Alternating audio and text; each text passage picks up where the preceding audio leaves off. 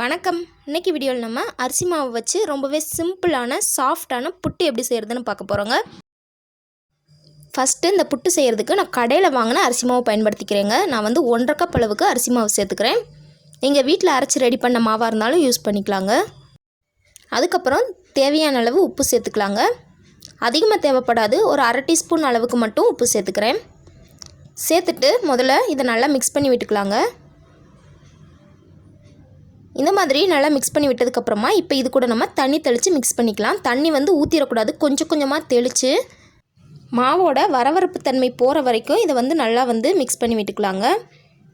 நம்மளோட மாவு வந்து வரன்னு இருக்கக்கூடாது, கொஞ்சம் ஈரப்பசையோடு இருந்தால் தான் புட்டு நல்லா சாஃப்டாக கிடைக்குங்க. அதனால் கொஞ்சம் கொஞ்சமாக தண்ணி தெளித்து உதிரி உதிரியாக இருக்கிற மாதிரி நல்லா உதுத்து விட்டு பிசைஞ்சிக்கோங்க. கொஞ்சம் கட்டிப்படுற மாதிரி இருந்தாலும் அதை நல்லா உதுத்து விட்டு பிசைஞ்சிக்கோங்க. நம்மளோட மாவை இந்த அளவுக்கு நல்லா உதிரி உதிரியாக இருக்க மாதிரி பிசைஞ்சாச்சுங்க. 1-2 கட்டிகள் இருந்தாலும் நல்லா உதுத்து விட்டுக்கோங்க. நம்மளோட மாவை இந்த மாதிரி கையில் எடுத்து பிடிச்சோம் அப்படின்னா பிடிக்க வரணுங்க.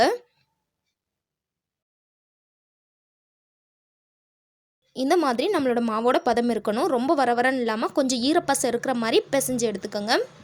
நம்மளோட புட்டு மாவு ரெடி ஆயிடுச்சு. இப்போ நம்ம புட்டை வேக வைக்கிறதுக்கு இட்லி பிளேட்டில் எண்ணெய் தடவி எடுத்துருக்கேங்க. இதே ஹோல் இருக்க மாதிரி இட்லி பிளேட்டாக இருந்துச்சுன்னா துணி போட்டுட்டு அதுக்கு மேலே நம்மளோட புட்டு மாவை போட்டுக்கலாங்க. இந்த மாதிரி எல்லா மாவையும் சேர்த்துட்டு இதை நம்ம வேக வச்சிடலாங்க. நம்மளோட மாவு பாருங்கள் எந்த அளவுக்கு நல்லா உதிரி உதிரியாக சூப்பராக இருக்குன்னு. கரெக்டான பதத்தில் மாவு இந்த மாதிரி பிசைஞ்சு எடுத்துக்கோங்க. இப்போது இதை வேக வைக்கிறதுக்கு இட்லி பாத்திரத்தில் தண்ணி ஊற்றி தண்ணி நல்லா சூடானதுக்கப்புறமா இதில் நம்ம புட்டு மாவை உள்ளே வச்சுக்கலாங்க.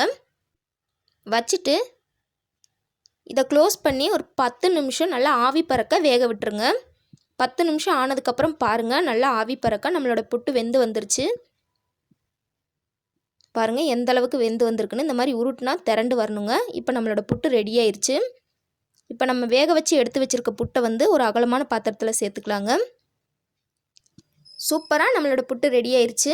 இப்போ இதுக்கு தேவையான அளவு சர்க்கரை சேர்த்துக்கலாங்க. நான் 1/2 கப் அளவுக்கு நாட்டு சர்க்கரை சேர்த்துக்கிறேன். உங்களுக்கு நாட்டு சர்க்கரை பிடிக்காது அப்படின்னா சீனி, வெல்லம், கருப்பட்டி உங்களுக்கு எது பிடிக்குமோ அதை சேர்த்துக்கலாங்க. உங்களுக்கு தேவையான அளவு சேர்த்துக்குங்க. அதுக்கப்புறம் அது கூட 1/4 கப் அளவுக்கு தேங்காய் துருவல் சேர்த்துக்கிறேங்க. தேங்காய் துருவல் சேர்த்தோம் அப்படின்னா புட்டு இன்னும் நல்லா டேஸ்டியாக இருக்குங்க. அதுக்கப்புறம் 1 டேபிள் ஸ்பூன் அளவுக்கு நல்லெண்ணெய் சேர்த்துக்கிறேங்க. நல்லெண்ணெய் சேர்த்தா புட்டு நல்லா வாசனையாக டேஸ்டியாக இருக்கும். உங்களுக்கு நல்லெண்ணெய் ஃப்ளேவர் பிடிக்காது அப்படின்னா அதுக்கு பதிலாக நெய் கூட சேர்த்துக்கலாங்க, உங்கள் விருப்பம்தான். சேர்த்துட்டு இதை நல்லா மிக்ஸ் பண்ணி விட்டுக்கலாம். நல்லெண்ணெய் சேர்த்து சாப்பிட்டோம்னா ரொம்பவே ஹெல்த்தியும் கூட, ரொம்ப ரொம்ப டேஸ்டியாகவும் இருக்குங்க. சர்க்கரை நல்லா எல்லா புட்டோடையும் நல்லா மிக்ஸ் ஆகுற மாதிரி நல்லா மிக்ஸ் பண்ணி விட்டுக்கோங்க. நல்லா சூட்டோடையே சர்க்கரை சேர்த்தோன்னா சர்க்கரை நல்லா மெல்ட் ஆகி புட்டோட நல்லா மிக்ஸ் ஆகி ரொம்ப டேஸ்டியாக இருக்குங்க. இந்த மாதிரி சூப்பராக மிக்ஸ் பண்ணிவிட்டு அப்படியே சூடாக சாப்பிட்டிங்கன்னா ரொம்ப ரொம்ப அட்டகாசமாக இருக்குங்க. அரிசி மாவும் சர்க்கரையை மட்டும் இருந்தால் போதும். ரொம்ப ரொம்ப சிம்பிளாக செய்யக்கூடிய இந்த புட்டை நீங்களும் உங்கள் வீட்டில் ட்ரை பண்ணி பார்த்துட்டு எப்படி வந்துச்சு அப்படிங்கிறத மறக்காமல் கமெண்டில் சொல்லுங்கள். இந்த வீடியோ உங்களுக்கு பிடிச்சிருந்தா லைக் பண்ணுங்கள், ஷேர் பண்ணுங்கள். மறக்காமல் நம்ம சேனலை சப்ஸ்கிரைப் பண்ணிக்கோங்க. தேங்க்ஸ் ஃபார் வாட்சிங்.